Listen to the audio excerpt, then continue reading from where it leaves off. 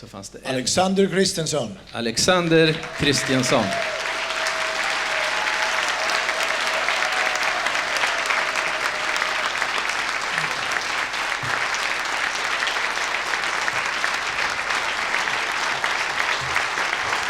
Wow.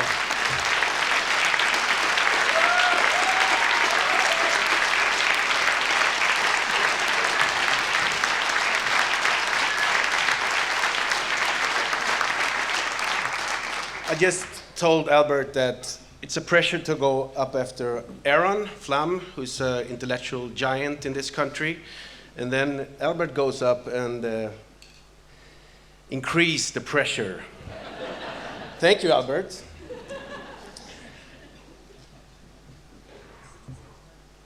As a politician, you get invited to speak in, a numerous events in all kind of, places around Sweden and also around the world. But before this event, it was sensitive in some kind in my heart, really. And I was like, how should I do this? And I had my secretary write the speech, as he always does. And like someone told me here before, I was like, I can't do this, man. I can't do this politic thing right now. I have to be more personal, because this is a piece of me that's been in my DNA and in my youth, Israel. For real. And I became a politician 2018. I didn't have any purpose or goal to be a politician. I had no interest in politics more than I was very interested in society and everything, but I was a businessman and I had some other goals, But a voice in me started to speak, really. I was living in the Philippines with my family, my wife and my, at that time, 3 boys. Now I have 4. And we were there working in a children hostage care sort of, and this voice started to come in me, and this interest in politics, and I was just so amazed, about the politics and how to change stuff, and but I have my path. And then I came back to Sweden and something just happened, and it went very fast for me to getting involved in politics and getting into the parliament 2018. The first motion I placed in the government, in the parliament, was moving the embassy from Tel Aviv to Jerusalem.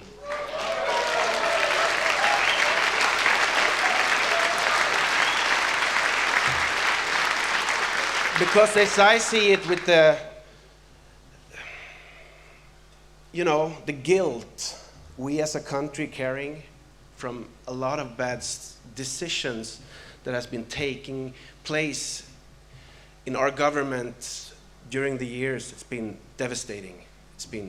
We see the results and the effects of those decisions right now happening in Sweden, and it's a sad thing to see. I'm a proud Swede. I love Sweden. I'm proud of being a Viking, But to see my country going in a path that we were not destined to do is sad, It hurts my heart, really. And there is a lot of stuff to be proud of, but I would say that there is a war going on, a mental war in Sweden at the moment, between right and wrong.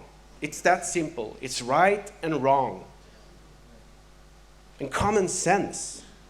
You don't have to be Einstein to understand some of these reforms that has been going on in Sweden during the last 3, 4, 5, maybe 8 decades,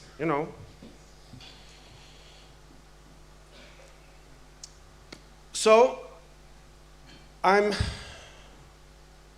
the chair of my party in the cultural committee in the parliament. So I negotiate with the Tidöpartierna when it comes to cultural affairs, which is very interesting, to be honest. And I often get this question, this question from people, like, how do you change the culture then, And of course, culture is organic. It moves, it grows, we can't control it.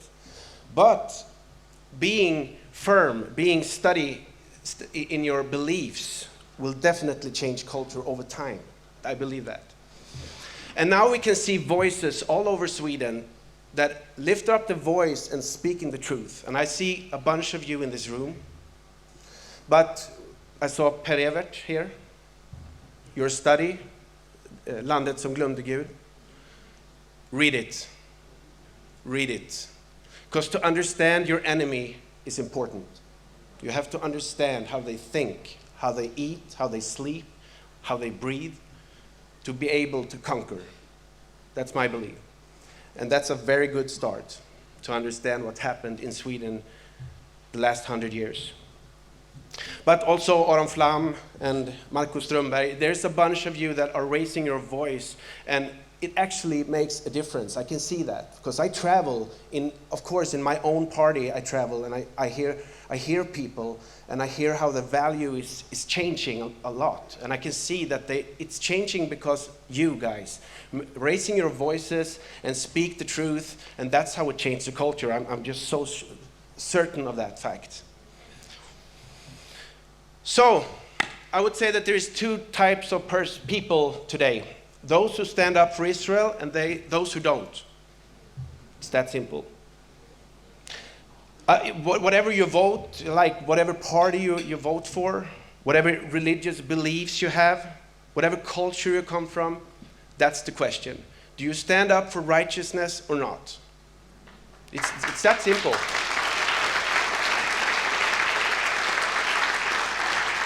And when I got involved in the politics, I got involved in a party that has been very stigmatized in Sweden for a very long time. And of course, I mean, that's true. We have some people founded our party that had some really shady values. I totally admit that, and I'm humble enough to say that I didn't get involved in politics because of what my party did back in the 90s. But I can see that the hearts of the party today is actually struggling for something that I believe in my heart is righteous. And that's why I've decided to join. That's what's important for me.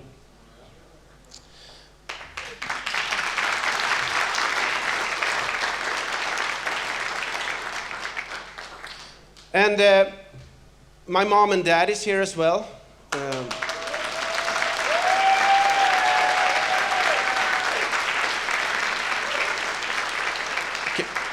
Can you guys just stand up real quick, fast? Because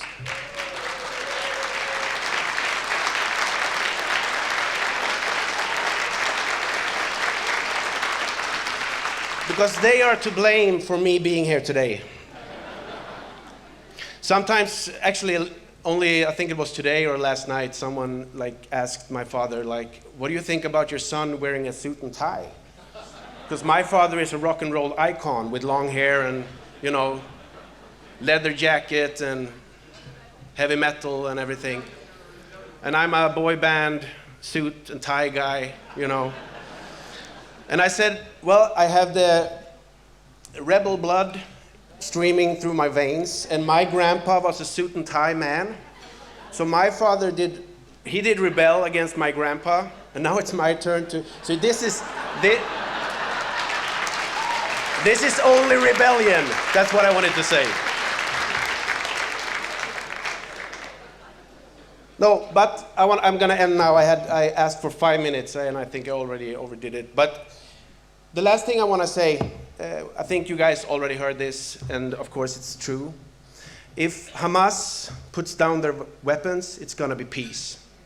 If Israel puts down their weapons at this time and any time, there is no more Israel. So I'm proud to be here, and I want to thank Albert and everyone else who organized this, and I know the struggle you had to do this, make this happen. I want to thank you so much for making this happen, because this is a very important statement for the whole body of Sweden, but also the church, I believe. So guys, I love you, and let's keep on the good fight.